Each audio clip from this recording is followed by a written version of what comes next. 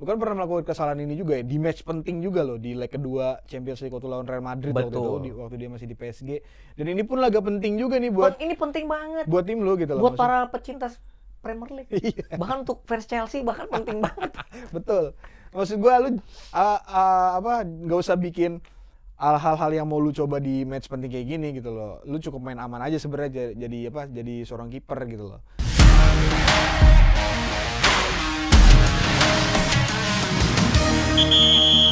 Sebagai fans Chelsea dan gue rasa fans Chelsea di luar sana juga mungkin sepakat sama gue. Di pekan ini kita nggak sedih-sedih banget ya, walaupun kita kalah dari Manchester United, tapi ada yang lebih menyedihkan lagi yaitu Arsenal kalah dari Manchester City di match week ke-33. Lu fans Chelsea yang nggak bener lu.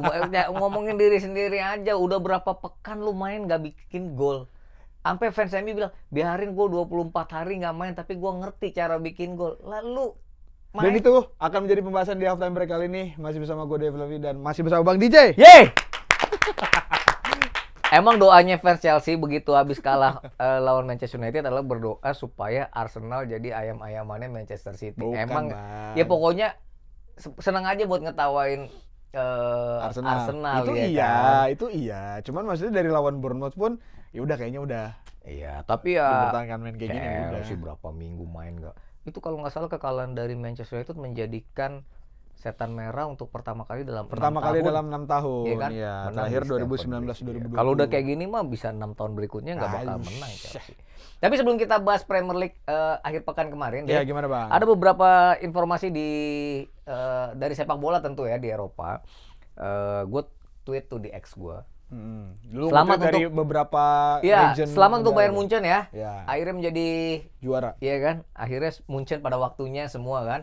Kekalahan Borussia Dortmund dari Hoffenheim dan kemenangan Bayern Munchen atas Stuttgart ya 4-2 memastikan pasukan Vincent Kompany menjadi juara Bundesliga. Ini menjadi gelar kedua beruntun Vincent Kompany di Bundesliga. Harry Kane juga ya? Harry Kane ya sejak dia pindah ya selalu jadi juara di domestik ya di kompetisi Bundesliga. Dan ada hal yang menarik Dave. Pada Spieltag ke-31 itu menjadi debut pelatih wanita Maria Luis Eta di Union Berlin. Ya, walaupun akhirnya Union Berlin kalah 1-2 dari Wolfsburg ya kan. Iya. Dan Spieltag ke-30 tercatat ada 30 gol dan ini menarik ya. Karena jarang-jarang bahkan di kompetisi manapun di Eropa, gue udah lama kayak barangkali 10 musim lalu pun gue nggak ingat ya bahwa dalam satu pekan semua tim yang berpartisipasi di Bundesliga kemarin, jadi kan 18 tim ya, ke 18-18-nya bikin gol. Ya walaupun ada yang sejak dibuka kan Saint Pauli lawan Cologne 1-1, kemudian terakhir Borussia Mönchengladbach juga 1-1 dengan Mainz. Jadi 30 gol yang tercipta di Spieltag ke-30, pekan ke-30, 18 klub itu semuanya cetak gol. Bikin gol. Karena di Inggris aja enggak. Iya kan? Brentford Fulham memulai dengan 0-0. Itu sedih gua. Iya kan? Sedih gua itu. Ya kenapa sedih lu kan enggak kebalap jadinya. Igor Thiago gua pasang triple captain. Iya, emang kadang-kadang ada tuh apes-apesnya di situ. Nah, itu dari Jerman, ya kan? Dari Italia ente nih. Iya, manis udah tuh. Wangi Scudetto makin berasa untuk para harus ada apa lagi sih Bang, maksudnya harus ada match yang di Inter kan pasti menang pasti. Inter saat ini kan jadi setelah maksudnya menang lawan jarak poinnya bukannya jauh ya? Dengar dulu. Jadi setelah menang dari Cagliari 3-0, ya. Napoli kalah karena Lazio dari kan. Lazio. Sehingga memastikan jarak Inter dan Napoli makin itu 12. Bahkan dengan AC Milan sempat 15 poin, tapi tadi malam AC Milan menang lawan Verona. 5 game lagi, ada 5 giornata di depan dengan selisih 12 poin. Artinya kalau Inter kalah 5 kali, kemudian Napoli menang 5 kali berturut-turut, Inter bisa nggak juara. Nah, jadi syaratnya adalah yang paling aman, kalaupun Napoli dan AC Milan memenangi 5 laga terakhir, maka Inter harus minimal dapat 4 poin. Pekan depan Inter akan tandang ke Turin menghadapi Torino. Ini tim yang di pekan pembuka di giornata pertama musim ini dibantai Inter 5-0. Baru minggu depannya lagi menghadapi Parma. Tapi pekan depan Inter bisa lebih cepat jadi juara kalau AC Milan kalah sama Juventus dan Napoli juga kalah dari Cremonese. Secara di atas lapangan sih Napoli lebih kuat dibanding Cremonese ya, tapi Cremonese ini timnya Jamie Vardy dan Emil Audero butuh doping tinggi untuk bisa lolos dari jeratan degradasi. Jadi ya memungkinkan saja Napoli yang kemarin kalah di kandang menghadapi Lazio bisa saja kembali kalah lagi. Tapi yang jelas kemenangan kemarin dari Cagliari, Inter udah pasti ke Liga Champions musim depan. Dan ya tadi trofi atau Scudetto ke-21 ya makin dekat. Ya kita tunggulah. Karena menurut gua Inter fokusnya bukan menghadapi Torino, tapi tengah pekan ini leg kedua semifinal Coppa Italia menghadapi Como. Itu yang lebih penting menurut gua, supaya ya siapa tahu kan double winners domestik di musim ini dan di musim perdananya seorang Christian Cifu. Itu dari Serie A. Di La Liga nggak ada pertandingan, baru nanti tengah pekan, tapi ada final Copa del Rey. Menang ya kemarin Sociedad ya. Sociedad menang adu penalti, Charlotte dan Julian Alvarez. Julian Alvarez yang sempat membuat gol penyeimbang 2-2, justru dia gagal mencetak gol di adu penalti. Dan selamat buat Real Sociedad. Iyalah. Dan sedih juga buat Atletico Madrid karena tadinya Atletico masih punya peluang dapat 2 trofi kan, selain Copa del Rey, bisa Liga Champions yang sudah masuk semifinal. Itu kalau di Ligue 1 Paris Saint-Germain kalah 1-2 menghadapi Lyon, tapi masih unggul 1 poin dari Lens dan masih ada 1 pertandingan sisa. Jadi peluang untuk Paris Saint-Germain banyak ditunda kan pertandingan dia itu kehebatannya PSSI-nya Prancis ya, memberi kesempatan untuk Paris Saint-Germain sebagai wakil didukung banget di karena di Eropa. Ya kan? Nah kalau di Portugal, Dev, FC Porto kayaknya akan nggak lama lagi akan menjadi juara Liga Primeira. Porto lagi ya? Oh enggak, biasanya Sporting Lisbon dalam 3 musim terakhir. Tapi yang menariknya, Jose Mourinho, the special one yang bersama Benfica, ini belum kalah. Bahkan kemarin menghadapi Sporting Lisbon di kandangnya Sporting, menang 2-1. Jadi walaupun gak juara sekalipun, kalau Jose Mourinho bisa bawa Benfica tak terkalahkan musim ini, ya masih bisa keluar-keluar dikit lah Jose Mourinho. Itu beberapa informasi selain ya, timnas U17 kita gagal lolos ke semifinal. Padahal tahun lalu kita masih ngelihat mereka di Piala Dunia kalau nggak salah ya. Piala Dunia. Tapi ya itulah, dalam sekejap kita tadinya di global, sekarang hanya realitanya regional aja agak susah. Tapi jangan patah semangat untuk adik-adik kita ya. Perjalanan masih panjang. Tapi jadikan sebagai pelajaran yang berharga untuk semuanya. Oke, itu dia highlight yang cukup lengkap dari Bang DJ. Ya. Dan sekarang langsung lanjut lagi Bang ke pembahasan utama itu di Premier League. Premier League itu kemarin pekan ke-33 ya? Pekan ke-33. 33. Tadi juga match-nya udah dibuka sama Brentford dan Fulham, itu ya, bikin gue sedih juga tuh. 0-0 ya. Iya, kenapa sih lo sedih karena Igor Thiago aja? Iya, udah itu doang. Gue pikir lo harusnya seneng dong. Apa?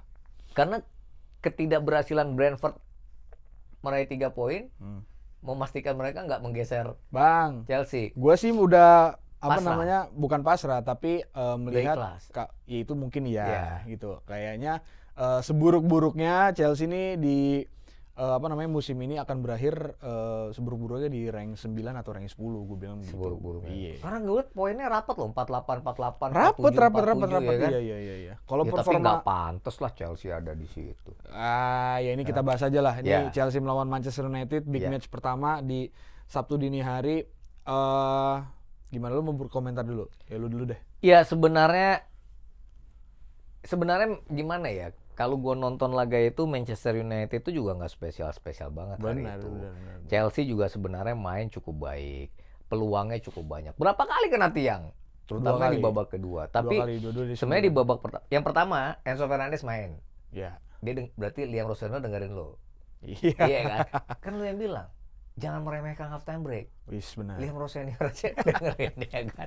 Dan Enzo Fernandez dimainkan. Dan ada satu momen di mana Enzo Fernandez sebenarnya bisa membawa Chelsea unggul lebih dulu kalau dia lebih tenang. Kan sempat ya ada kemelut di dalam kotak penaltinya Manchester United, dia terlepas. Siapa ya, gue lupa yang jaga itu. Ya sayang kiper udah terkecoh, tapi ya tendangannya nggak bisa menembus jala gawang gitu. Justru kebalikannya, begitu dapat serangan, Chelsea harus kebobolan. Yang menurut gue Bruno Fernandes ya lagi-lagi ya dia memperlihatkan bahwa peran yang diberikan oleh Michael Carrick ya cukup pas buat dirinya. Dia king of assist sekarang. Iya 18 kan. 18 dan golnya Matheus Cunha ya itu membuat, menurut gue sih sebenarnya itu tidak membuat jatuh mentalnya Chelsea. Enggak. Tapi ya membuat Chelsea jadi sulit aja. Jadi Sulit aja untuk di sisa laga hari itu.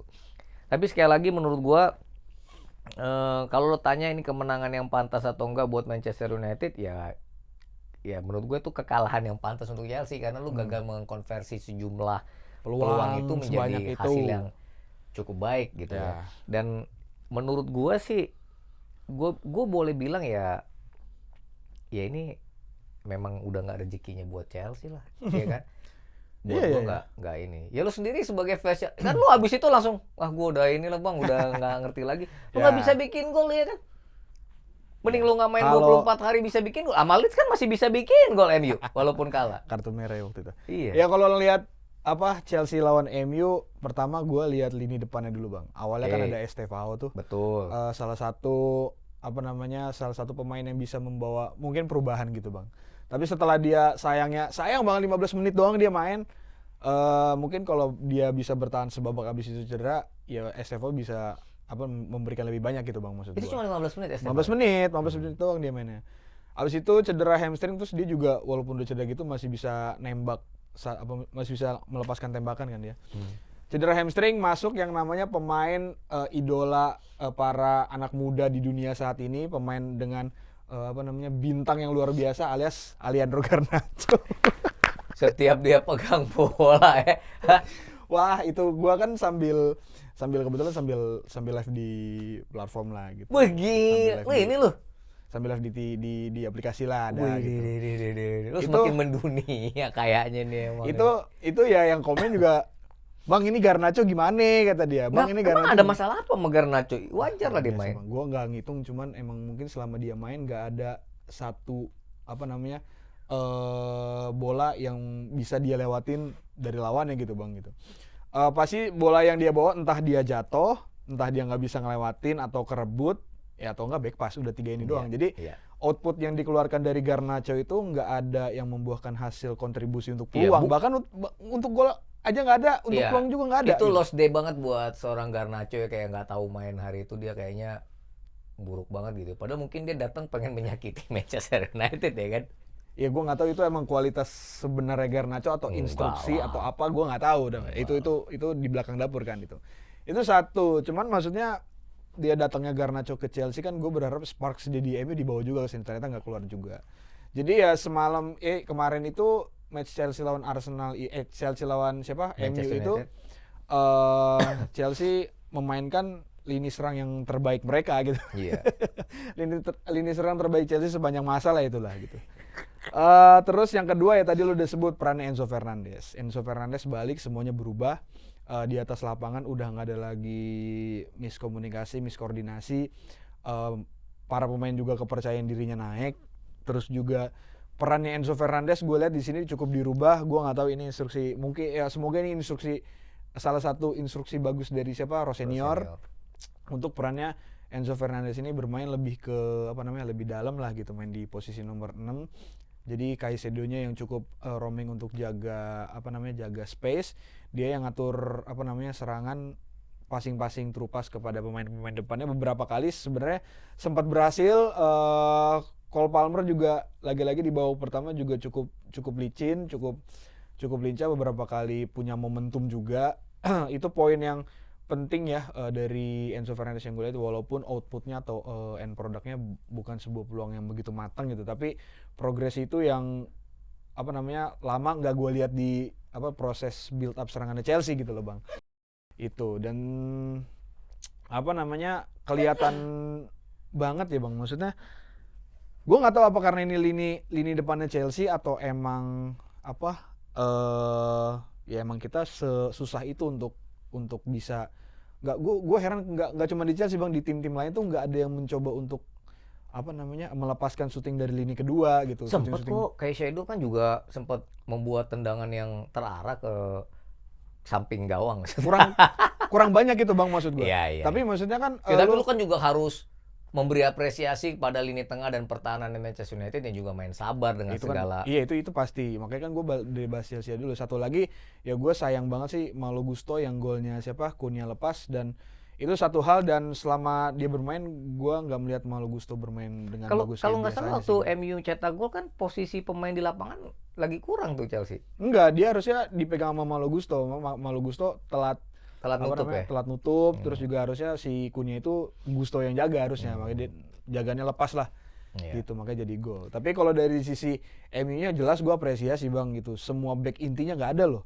Yang dipasang Mazrui yang tadinya back kanan sama Heaven back mudanya dia gitu loh. Gue sempat ngobrol sama fans MU di live itu, nih Heaven hati-hati nih mainnya, lawan dia Liam Delap yang mainnya sama-sama fisikal gitu kan. Kalau misalkan dia mainnya salah gitu ya. agak lebih gerasa gerusu lagi, takutnya ada foul yang nggak perlu di daerah-daerah bahaya MU gitu. Tapi untungnya selama pertandingan ya solid banget, bersih ya. belakangnya MU. Casemiro juga solid, ya walaupun nggak banyak atraktif ya mainnya ya, cuman ya solid banget sih MU, gua akuin di match kemarin tuh. Iya, dan buat Manchester United ini juga merupakan sebuah catatan tersendiri, Dev.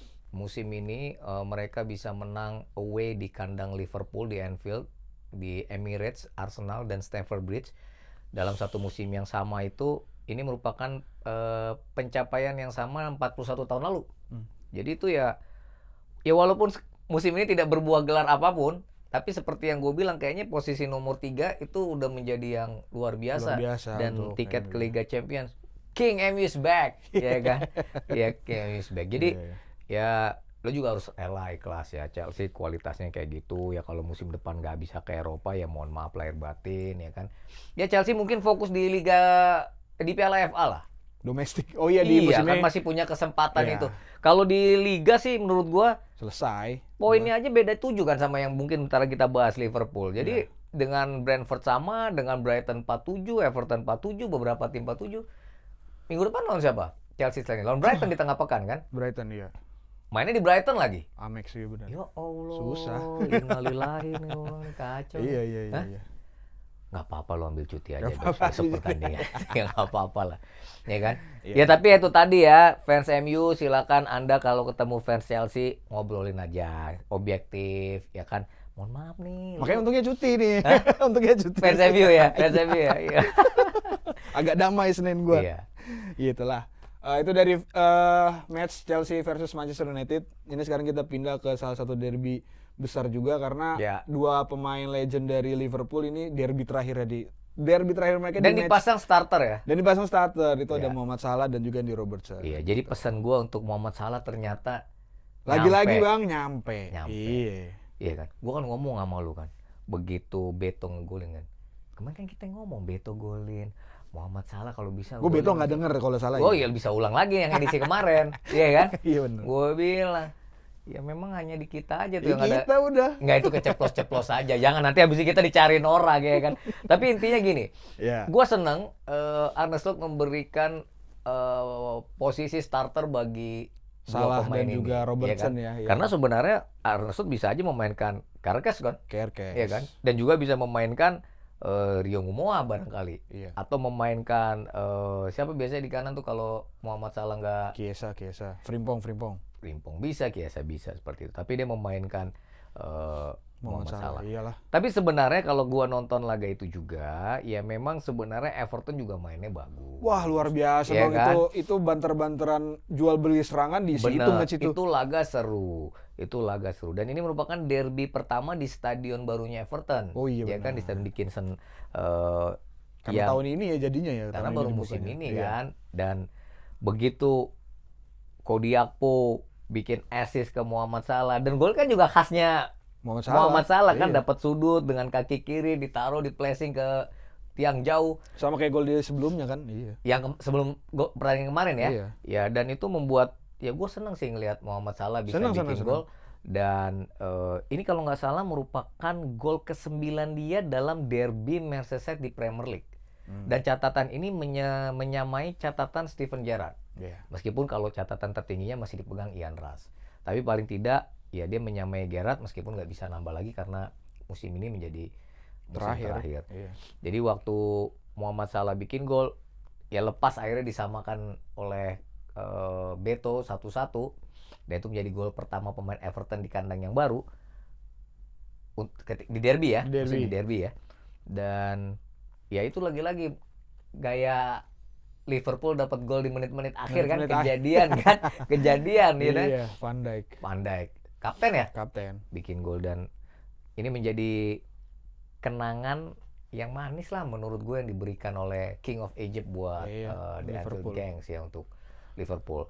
Ini kemenangan juga membuat Liverpool nyaman di posisi kelima. Tadi gue bilang hasil Chelsea dengan MU yang bermain lebih dulu menjadikan Liverpool akhirnya unggul 7 poin dari Chelsea ya. Iya. Chelsea masih ketemu Liverpool kan? Masih. Ya, di Stamford Bridge. Let's say Chelsea menang ya kan, masih selisih 4. Artinya masih berat lah buat Chelsea untuk bisa menggeser Liverpool. Berat semuanya tuh berat Chelsea itu musim ini. Dan ini menurut gua kalau sampai Liverpool bisa finish masuk top 5, ya ini menyelamatkan sedikit lah Arne Slot lah dari ancaman pemecatan di akhir musim.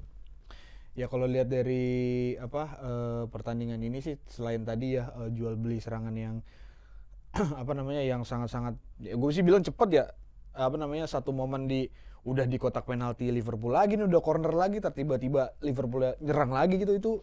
Itu match yang cukup menghibur lah untuk bagi gue fans netral yang suka match seperti itu gitu loh. Terus ya tadi sebenarnya poin-poinnya udah lu sebut semua sih Bang. Muhammad Salah cetak gol, Van Dijk juga cetak gol, itu juga menjadi dan harusnya sih sampai akhir musim nanti ya kayaknya sih skuad Liverpool ini mainnya udah cukup lepas sih Bang, maksudnya.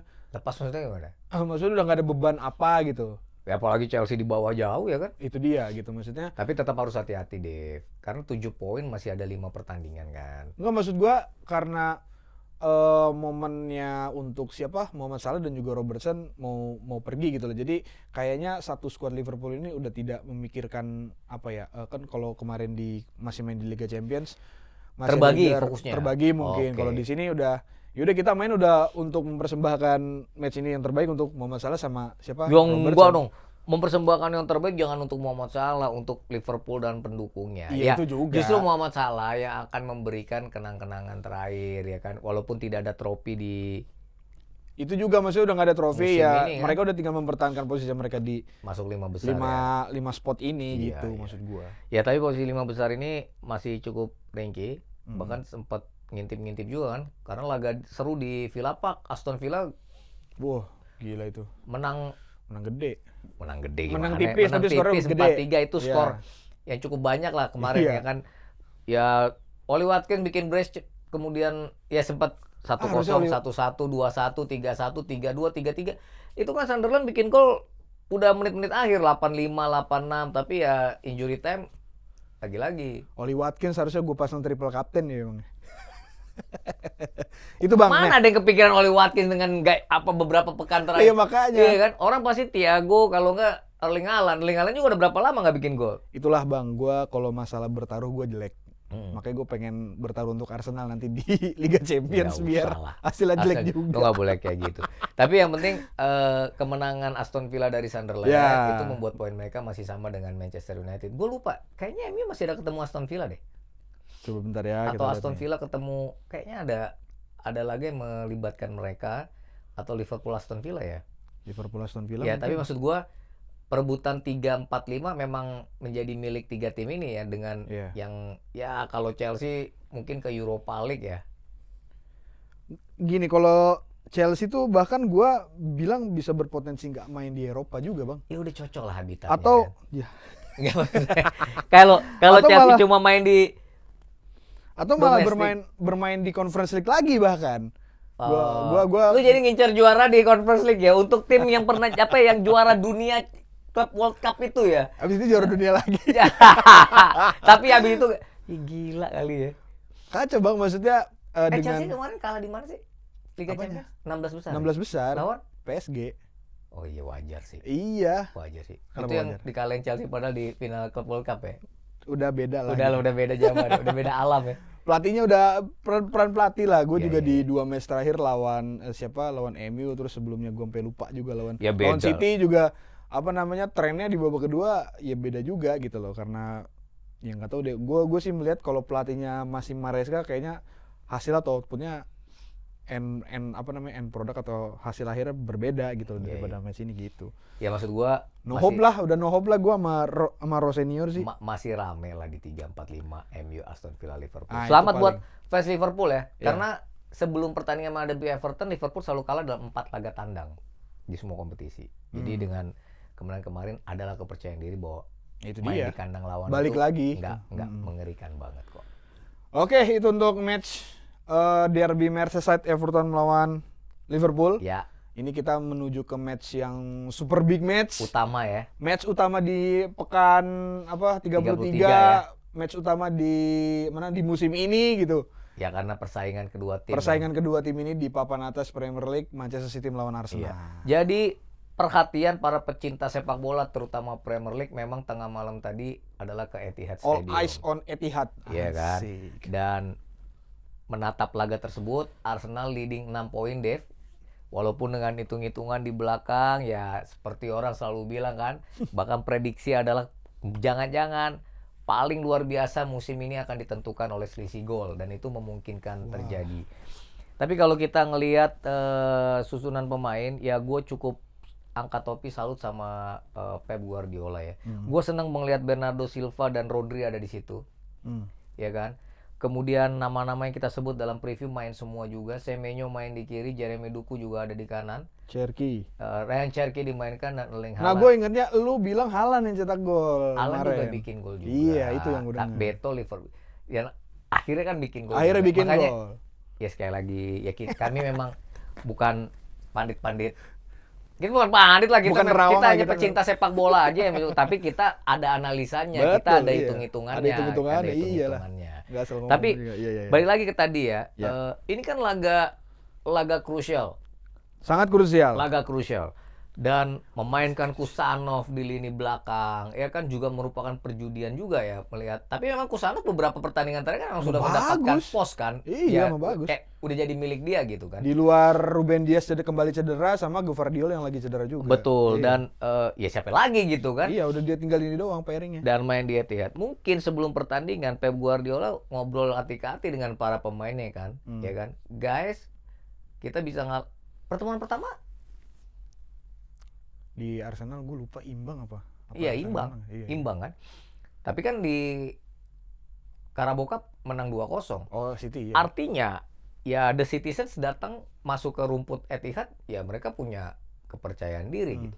Yang gua justru agak tanya-tanya itu adalah Arsenal dengan skuad yang diturunkan oleh Arteta memilih Kai Havertz di depan dengan mencadangkan Victor Gyökeres. Gyökeres. Pasti ada hitung-hitungannya juga. Pasti. Mungkin kelincahannya seorang Kai Havertz dibanding Gyökeres yang lebih, gua nggak bilang robot ya, tapi mungkin tidak selincah ke kiri ke kanan Oh iya, Kai tidak Havertz ya. tidak semobile ke Havertz ya. Ya, tapi memainkan Eze juga, kemudian Trossard malah dicadangkan kan. Iya. Martinelli yang kalau nggak salah di dulu kan ya. Yang tadi yang awalnya tuh yang main Madueke dulu, Bang. Madueke Baru dulu. di babak kedua kalau gua nggak salah Martinelli baru masuk. Martinelli ya. Iya. Ya, terus Mosquera dimainkan di bek kanan ya kan. Enggak Ben White yang dimainin di situ. Ben White menggantikan akhirnya kan. Ya tapi artinya gue mau ngomong bahwa ya itu pilihan Arteta. pelatih ya kan. Arteta dan Guardiola untuk laga itu. Dan kalau sebenarnya jujur ya, lepas dari siapa yang bikin gol, gue tuh memberi apa ya, nilai lebih banget buat Bernardo Silva deh. Menurut gue ini pemain yang jenius, apalagi setelah lebih tambah kelihatan ketika City kehilangan KDB di musim ini ya kalau nggak salah ya. Iya, musim ini. Dan Bernardo Silva tuh memberikan segalanya gitu. Bahkan kemarin gue lihat catatannya dari 9 musim atau 10 musim bersama City, dia jarang absen dan menjadi pilihan utama Selalu starter. pilihan utama oleh Pep Guardiola bahkan. Selalu starter di tiap match, mau Premier League, mau di Liga atau di match-match Eropa, Piala Domestik, dan kapten dan starter. Dan gue nggak tahu nih orang istirahatnya gimana dan nggak cedera, Bang. Betul. Dan ya lu lihat kemarin menghadapi Arsenal, lepas orang fokusnya ke para pemain ya kayak ke Semenyo, ke Doku, ke Haaland gitu ya. Tapi Silva tuh memberi warna bagaimana ketika dia mengatur tempo, kemudian bergerak tanpa bola sekalipun, memberi ruang bagi Rodri juga yang sebenarnya Rodri kan fokus juga ke lini pertahanan ya di tengah merusak permainannya Arsenal. Bernardo Silva ini menurut gue luar biasa gitu. Dan lepas dari hasil kemarin, gue jadi berpikir karena Silva ini kan musim terakhir. Siapa yang akan gantiin Bernardo Silva ya? Cherki kan perannya nggak di situ. Perannya nggak di situ. Gue jadi mikir-mikir apa Vitina yang cocok ya dari Paris Saint-Germain pindah ke sini kan? Kecil-kecilnya sama tuh. Ya ini ngomongin ininya ya. Tapi kalau balik lagi ke laga kemarin, ya gue bilang Arsenal datang ke Stadion Etihad dengan fokus tidak kalah. Seri udah menang. Ya. Seri menurut dia udah cukup. Seri itu udah rasa kemenangan. Dan kelihatan mereka sebenarnya ingin bertahan juga mainnya. Iya, kelihatan. Ya, karena kita tahu City juga pasti akan lebih dominan. Ya kan? Dan tapi ketika gol pertama Cherki, ya itu menurut gue sih emang kehebatan seorang Ryan Cherki ya, dia bisa meliuk-liuk di kotak penalti melewati dua pemainnya badannya dan kemudian menerjang gawang David Raya. Itu skill gitu. Dan itu menumbuhkan kepercayaan diri. Karena tuh gol kalau nggak salah menit 15 kalau nggak salah kan. Awal iya. Nah, hanya saja itu tadi. 1 menit kemudian. 1 menit kemudian ya gue nggak ngerti itu ya. Donnarumma ya. Biasaan. Iya kan? Ya maksud gua kalau Neuer kan nanti aja dah. Kemarin dia salah ngoper. Salah passing. Kalau ini ya kan nggak open play juga. Apa ya? Nggak, dia dioper, dia dipasing. Iya salah. Iya dia kelamaan atau salah perhitungan kan? Iya, itu waktu gol itu, waduh, gue bilang sebenarnya ketika Havertz bikin gol itu harusnya kepercayaan dirinya Arsenal naik kan? Iya harusnya. Melambung jauh, terbang. Ya harusnya gitu loh. Iya. Iya kan? Emang begitu sih sebenarnya. Cuma ya City kembali menyerang. Itu kita ngomongin skor 1-1 di babak pertama. Lu sendiri ngeliatnya gimana di laga itu di?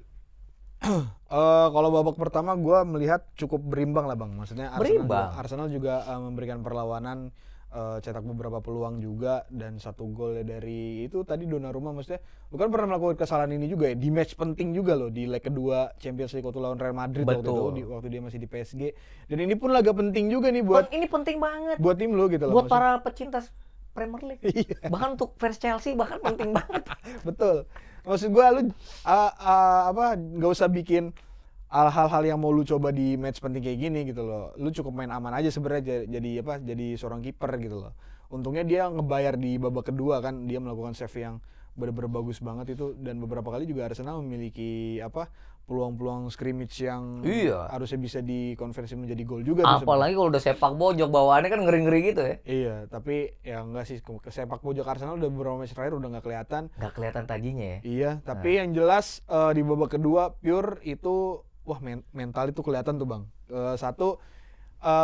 Sebelum Haaland cetak gol, maksudnya lo susah payah untuk mengambil kontrol permainan lagi tuh, lo susah payah tuh. Yang kedua setelah si Haaland cetak gol, ya udah itu udah bener-bener drop tuh. Lu City mainnya cuman passing-passingan doang, ngejaga bola di pinggir lapangan yang di garis auto. Itu kan lu benar. Ya, bahasa gue lu ayam-ayamin gitu sama City, sama lawan lu. Kesian gitu. Itu udah mentalnya udah drop banget. Dan ya sebelum itu gue juga nggak melihat Arsenal main yang ngotot ingin menang gitu tuh kayak beberapa musim lalu tuh gue nggak ngeliat. Iya kayak Arsenal, tadi gue bilang nggak salah juga ya ketika lu lu kalau nggak dapat ugly win ya paling nggak lu dapat ugly goal kayak Havertz kayak gitu ya. Iya, paling terus habis itu pulang dengan seri. Karena dengan seri kontrol di lu tetap. Tapi begitu ketinggalan 1-2 Haaland, wah itu memang barangkali di benak para pemain Arsenal di lapangan itu udah Kelihatan Bang kan beberapa kali kamera nyorot ke pemain Arsenal kan. Iya. Kelihatan frustrasinya tuh kelihatan. Frustasi. Tapi itu menurut gue ya inilah bagi mereka yang tidak suka dengan Arteta ya semakin lebih menyalahkan Arteta gitu kan. Lu dengan punya pemain kedalaman yang luar biasa yang kita selalu ngomong di awal musim bahkan ini kayak menguap gitu. Tapi gue di match kali ini makin kelihatan Odegaard gak layak sih main di situ atau sebagai kapten gue. Iya Odegaard kan memang juga setelah cedera itu sebenarnya belum kembali ke performa terbaiknya ya Kak. Apa ya terlalu gampang naik turun, nggak konsisten. Untuk kapten nggak sih dia? Kapten. Ya, untuk seorang kapten tuh kayaknya labil gitu kan. Nggak ada sikap leadernya juga dia di situ dan yang gue kaget posisi itu kan kalau gue nggak salah koreksi ya nih fans Arsenal kemarin tuh di posisi diisi sama Eze bukan sama Odegaard. Tiba-tiba main kok ada Odegaard di situ. Iya. Makanya sebenarnya tadi gue bilang pemilihan pemainnya itu menurut gue janggal. Gue mending Eze ke kanan, Trossard di kiri menurut gue. Iya. Tapi kan gue bukan pelatih Arsenal. Iya. Kita kan cuma pembawa berita di halftime break kayak gitu. Tapi ya apapun ya, gue cuma nyaranin doang nih buat kita fans. Nyaranin aja, iya benar. Terutama untuk fans Arsenal. Ya tolong di screenshot dulu. Kan tabel klasemen hari ini lo screenshot dulu deh. Ini karena Arsenal masih di atas. Paling nggak sampai Rabu tengah malam, iya kan? Iya. Karena setelahnya City kan main tuh ngelawan Burnley. Setelahnya kita nggak tahu misteri apa, barangkali tidak menyenangkan. Iya. Tapi yang jelas memang ini Arsenal ya kalau sampai nggak juara, ini kayak 30 tahun lalu deh. Tahun musim 95-96 yang pernah gue cerita Newcastle United sempat unggul 12 poin dari MU. Manchester United, tim asuhannya Kevin Keegan bahkan diperkirakan akan menjadi juara Premier League, tapi akhirnya disalib, gagal, ya kan? Ya kalau dalam sebulan Carabao Cup hilang, FA Cup hilang, bahkan Premier League berpotensi hilang. Ya mungkin ya tadi sepak pojok juga udah nggak kelihatan. Mungkin ibarat kata nih, mungkin jangan-jangan ya, tolong gue dikoreksi, jangan hokinya atau keberuntungannya Arsenal lagi ditutup kali di Selat Hormuz. Barangkali tertutup di Selat Hormuz. Jadi tolong dibuka lagi itu. Jadi kalau dibuka lagi tuh mungkin Arsenal angin. Karena gini, Dev, kita ngomong Arsenal masih di nomor 1 kok. Oh iya. Ya kan bisa juga. Kontrolnya masih di dia. Enggak, sekarang kontrol nggak di dia. Cuma kan kita nggak tahu hasilnya City sama Burnley. Itu kata Arteta. Cuma Burnley itu udah degradasi, Pak. Oh iya benar. Jadi Burnley juga udah nothing tulus. Ya hanya menyiapkan musim di divisi Championship untuk bisa naik lagi musim depan kan? Iya. Dan kalau kita ngomongin selisih gol, kemenangan 2-1 City kemarin itu menjadikan mereka hanya selisih 3 poin. Memang koefisien golnya Arsenal masih lebih unggul 3-7, City 3-6. Tapi kalau City menang 1-0 aja dari Burnley, sama tapi jumlah gol yang dicetak City lebih banyak dari Arsenal. Makanya gue bilang screenshot aja dulu klasemen yang sekarang sampai Rabu tengah malam, karena setelah itu kita nggak tahu misterinya, ya kan? Ya. Dan gue bilang sih ya, gue fix sih kalau sampai Arsenal nggak juara Premier League, pecat udah Arteta. Ya terserah deh, ngomong baik-baik kayak mengundurkan diri kayak apa, terserah. Iya benar. Kayak gitu. Oke. Ya gue sih sangat menyayangkan lah. Ya sedih ya. Nah gue juga jadi punya PR mulai menjaga mental rasanya anak gue yang nomor 2 nih, karena anak gue nomor 2 fans Arsenal gitu kan. Ya, gue juga bingung dia bisa fans Arsenal gitu kan. Arahin lagi kali Bang, udah biarin aja lah namanya dia punya kecintaan kan. Tapi itu tadi ya, tengah pekan ini dia sebenarnya ada beberapa laga ya. Ada beberapa ya, di Brighton, Chelsea. Premier League ada 3 tuh, karena kan di akhir pekan yang berlaga di hari Kamis main di FA Cup semifinal. Oh gitu ya? Iya. Jadi tengah pekan ini Brighton, Chelsea, terus City, Burnley, Leeds sama gue lupa tadi sama siapa. West Ham ya? Leeds main lawan Bournemouth. Iya. Oh iya. Kan Southampton kan di Championship, dia nggak di sini. Iya, Championship Division. Dan jadi. kalau di Championship Division dia kemarin udah nomor 4. Oh, selamat untuk Coventry City ya. Frank Lampard. Chelsea. Kembali lagi dia ke Premier League, membawa tim. Bahkan dia jadi kayaknya juara deh. Juara divisi. Juara Coventry City ya. Di Championship. Oke. Udah lama nggak ini kok. Koknya oke gimana sih? Sabar dulu. Ya udah ini durasi. Udah lumayan panjang ini. Tapi prinsipnya ya itu tadi, Manchester City lu masih nomor 2 di bawah Arsenal ya kan, sampai Rabu tengah malam. Setelah itu ya silahkan deh untuk mau ke atas ya syukur, mau di nomor 2 ya silahkan gitu ya. Ya. Lu sabar aja. Lu kalau besok kalah lagi ya udah gampang lah nanti mah. Kenapa? Tapi Kok gampang lagi gimana? Ya emang udah gue memprediksikan emang udah Udah itu susah, ya? iya. Oh iya, udah oke lah. Tapi yang jelas konklusi di episode kali ini Spurs masih berada di zona degradasi. Nah itu tadi gue mau ngomong hampir menang ya kan, menit terakhir kebobolan, belum ada apa namanya kemenangan untuk De Zerbi ya. Iya. Dan Spurs kan gue WhatsApp, nih Spurs degradasi loh. Iya, Nggak kebayang loh dalam hidup gue ada pandemi, iya kan, ada Selat Hormuz setelah ditutup. Hormuz ditutup. Besok Spurs gak ada di Premier League. Ya Allah, ayam banget ah. Oke, kalau gitu kita tutup dulu sampai sini Bang. Tutup DJ. sampai sini dulu ya. Iya, nanti kita ketemu lagi di edisi halftime selanjutnya kalau gitu. Bye guys, thank you.